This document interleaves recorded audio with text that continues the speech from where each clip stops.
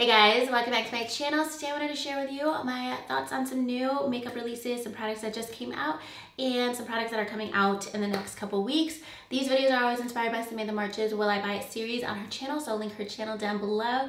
If you guys want to know my thoughts on some new makeup, then just keep on watching.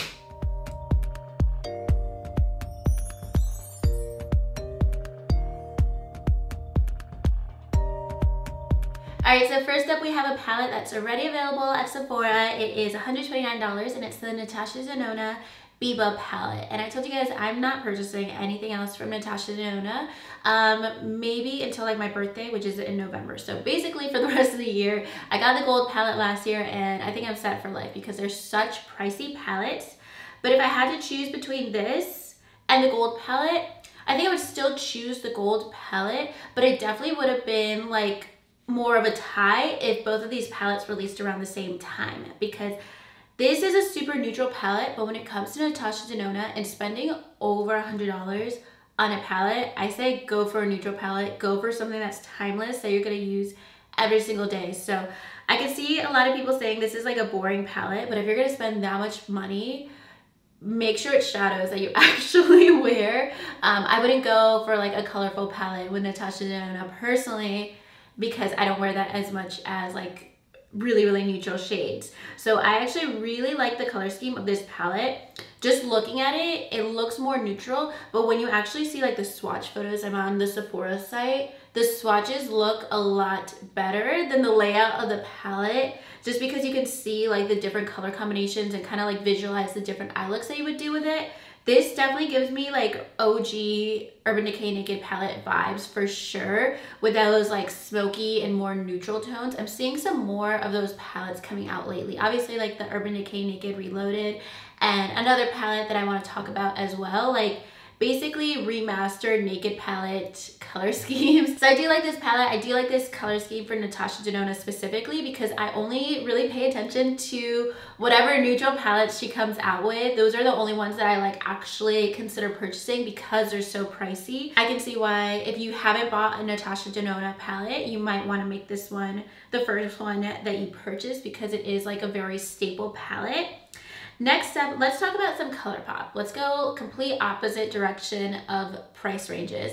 And so Colourpop's coming out with a new palette on the 21st. This is gonna be $22 and it's gonna be the Disney Villains palette. It's a follow-up to their first Disney palette that came out a couple months ago, which to me didn't make a lot of sense. It was just like a neutral palette and it had princesses on the cover. I didn't get the Disney theme with that palette, but with this Villains palette, it makes more sense. It's like the same color scheme of like all of the villains that are on the packaging. So I like it.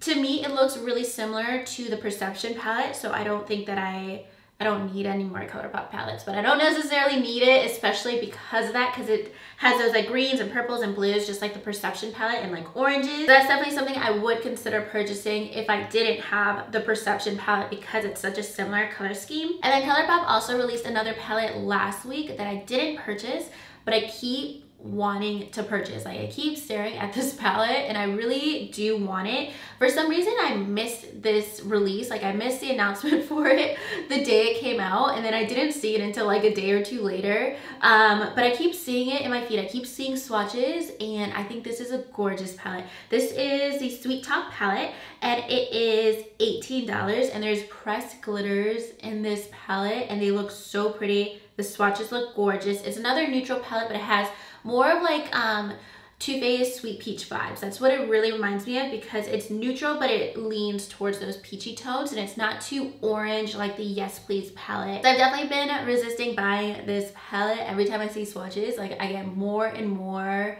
like wanting to buy it, especially because of the pressed glitter formula. I'm super curious about it because sometimes I love it in palettes, sometimes I hate it, but sometimes it's like my absolutely favorite part of a palette, and it's only $18 and those are all colors I would definitely wear. So let me know if you guys ended up purchasing the Sweet Talk palette. Let me know how you feel about it. Let me know how the pressed glitters are, and also let me know if you think it's similar to any other Colourpop palette because I've been trying to do comparisons in my head but I can't quite like compare it to any other palette from Colourpop in my collection, so that makes me want to purchase it even more. But I also have this like weird reverse FOMO with Colourpop right now, where the past couple releases, every time I purchase something else that I want from Colourpop comes out like the next day. So that keeps happening to me, and I feel like I will go to purchase this palette and then something I want even more is gonna come out like the next week, like another spring collection. That's what happened with the Just My Luck palette, the all green palette.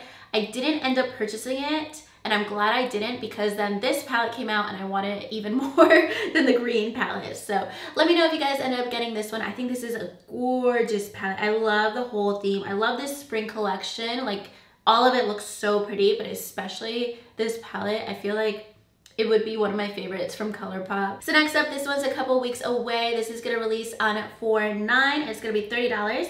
It's the GWay Soft Focus Hydrate and Set Powder. The word hydrate makes me so curious. I love anything hydrating, and I do like finishing powders and setting powders. Like, I'm really into them right now. I love my Charlotte Tilbury airbrush powder, and I feel like this would be similar. It looks super fancy. It also says it has light reflecting pigments, and that's just like my Laura Mercier glow powder, and I have some foundations that have like that same claim, and that always makes my skin look so good. Like, those light reflecting pigments, whatever they are, they just blur out your skin and make your skin look like you have a filter, because the glow from the product just like blurs out texture. So I definitely want to try out this powder. I feel like I'm using up powders all the time in my collection, and just the word hydrating. The only other powder that claims to be hydrating in my collection is the Becca powder that goes on like basically wet, and I just couldn't get into that powder. So I'm hoping it's not like that.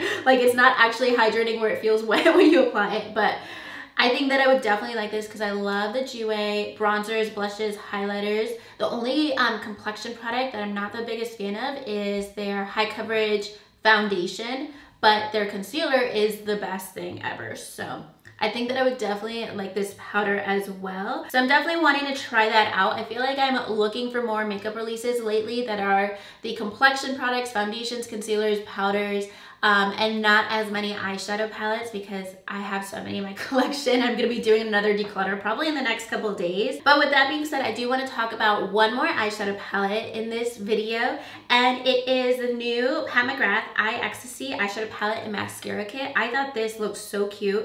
I liked all the shades in this, and it's actually a good value. I wish I could see like somebody holding it for size reference, because there's no pictures on the Sephora site, and I can't find any on Instagram, because I would be very disappointed if it's super, super tiny. But at least if it's like a decent mini size, I think it is a good value, because it's $48.